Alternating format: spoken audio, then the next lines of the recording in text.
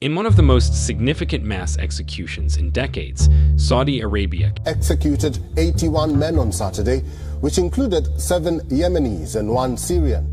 This video aims to highlight 15 severe punishments sanctioned by the legal system or reported incidents within Saudi Arabia. These penalties span from capital punishment to various forms of corporal punishment. Understanding the regional laws and cultural contexts is crucial when delving into this subject. The video seeks to offer detailed insights into each penalty, promoting a more comprehensive understanding of the matter. Number 1. Corporal punishment. Lashes.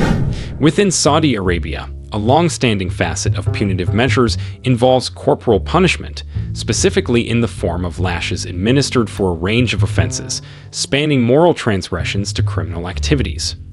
Rooted in a strict interpretation of Sharia law governing the nation's judiciary, this form of punishment has historically been carried out publicly, serving as a deterrent to potential offenders. Widely criticized by human rights organizations worldwide for its perceived cruelty, this practice inflicts profound physical and psychological scars on individuals. Moreover, it has been condemned for perpetuating a cycle of violence, normalizing physical harm as a legitimate retribution method. The application of lash-based punishment has been marked by inconsistency, with variations in the number of lashes and methods of administration, potentially leading to arbitrary degrees of force and cruelty. Recent reports suggest Saudi Arabia is taking steps to limit the use of this punishment, potentially part of broader reforms aimed at enhancing the nation's human rights record. A reported moratorium on flogging in 2020 indicated a potential shift toward more humane forms of punishment, in line with global norms opposing cruel and unusual penalties. International organizations are closely monitoring these changes to assess their genuine intent and practical implementation on the ground. The scrutiny has cast a spotlight on the contentious practice of administering lashes as corporal punishment in Saudi Arabia, emphasizing its implications and the gradual yet significant shifts observed in recent times. Number 2. Capital punishment. The application of capital punishment in Saudi Arabia, traditionally executed through beheading, remains a contentious aspect of its legal system. Reserved for what the state deems the most serious offenses, including murder, rape, and drug trafficking, this severe form of punishment is conducted in a public square. The convicted individual undergoes execution with a single sword stroke, a method believed to be swift and comparatively less painful, yet perceived as a brutal and shocking act by many across the globe. The public nature of these beheadings has been criticized for cultivating an atmosphere of violence and fear. Critics argue that it functions more as a tool of oppression than a mechanism for justice. The public display is viewed as a means to reinforce the state's authority, dissuading potential wrongdoers and exerting control over the populace. Number 3. Stoning for adultery.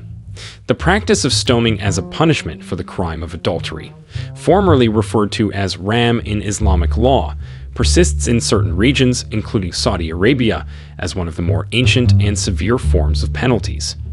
This punishment entails hurling stones at an individual until they succumb to the inflicted injuries. Rooted in deep-seated beliefs about morality and chastity, this form of punishment disproportionately impacts women, even though documented cases of its enactment in recent years in Saudi Arabia are rare. Its inclusion in the legal framework has drawn extensive criticism. Human rights advocates strongly oppose stoning, labeling it an exceptionally cruel and unusual form of punishment. The practice is widely censured for contravening fundamental human rights principles, such as the right to life and the prohibition of torture and cruel, inhuman, or degrading treatment or punishment. In the broader context of Saudi Arabia's legal reforms and its efforts to enhance its international image, the existence of such a barbaric form of punishment presents a significant obstacle. The global community closely monitors developments in the nation's legal landscape, urging reforms that would lead to the abolition of stoning and other forms of cruel and unusual punishments. The challenge lies in how Saudi Arabia navigates the intricate interplay between traditional practices, religious doctrine, and the increasing pressure to adhere to internationally accepted standards of human rights and justice. Number 4. Amputation for theft. Within Saudi Arabia's punitive framework, the imposition of amputation as a consequence for individuals convicted of theft represents a notably severe and irreversible penalty, underscoring the nation's strict adherence to a rigid interpretation of Sharia law. This punishment involves surgically removing the hand, and in cases of repeat offenses, it can escalate to cross amputation, involving the removal of a hand and the opposite foot. This method serves as a direct and stark deterrent, intending to visibly and irrevocably penalize the perpetrator while dissuading others from committing similar acts of theft. The implementation of amputation as a punishment also raises concerns about the fairness and transparency of the preceding judicial processes. Allegations of forced confessions and inadequate legal representation abound, further tarnishing the image of a practice already criticized for its brutality. Faced with increasing criticism and a global movement advocating for the abolition of harsh penal measures, there are signs of a gradual shift in Saudi Arabia's approach to criminal justice. Recent years have witnessed the nation embarking on a journey of modernization and reform, striving to balance deep-rooted traditions with the expectations of a world increasingly united against cruel punishments. As Saudi Arabia continues navigating the delicate balance between tradition and modernity, the world watches with anticipation for potential steps toward phasing out amputations and adopting a more human approach to justice. Number 5. Public executions in Saudi Arabia represent a grim and potent embodiment of the country's approach to criminal justice. In this system, the ultimate punishment is not only meted out, but also prominently displayed before an assembled audience. This public administration of the death penalty is intended to serve as a deterrent against various crimes, ranging from murder to drug trafficking. Typically occurring in well-known public squares, individuals facing their final moments are often blindfolded, surrounded by a hushed or sometimes vocal crowd of onlookers.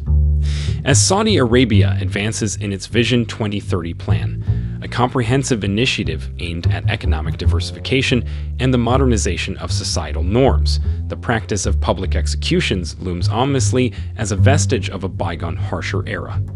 Despite these efforts at reform, the international community persistently calls upon Saudi Arabia to reconsider its stance on public executions, urging alignment with evolving perspectives on human rights and dignity. This plea for change comes amid a backdrop of decreasing instances of public executions, hinting at a potential policy shift and a move towards more humane practices in the realm of criminal justice. Number 6. Punishment for apostasy. In Saudi Arabia's stringent legal framework, the punishment for apostasy occupies a significant position as one of the most severe and irreversible penalties. Apostasy, defined as the renunciation of one's religious beliefs, is considered a capital offense under the nation's interpretation of Islamic law. This stringent stance is seen as a means of preserving religious homogeneity and stability in a society deeply rooted in religious traditions and values. The historical penalty for apostasy, which could lead to a death sentence, has faced substantial criticism from international human rights groups and organizations, contending that it infringes upon the fundamental right to freedom of thought, conscience, and religion. These critiques have exerted considerable pressure on Saudi Arabia, highlighting the stark contrast between its policies and the global trend towards more tolerant and inclusive societies that respect individual freedoms and human rights. As this transformation gradually unfolds, it remains crucial for the international community to closely monitor developments in this area, fostering dialogue and encouraging further steps towards a more tolerant and humane society that respects the diverse tapestry of human beliefs and values.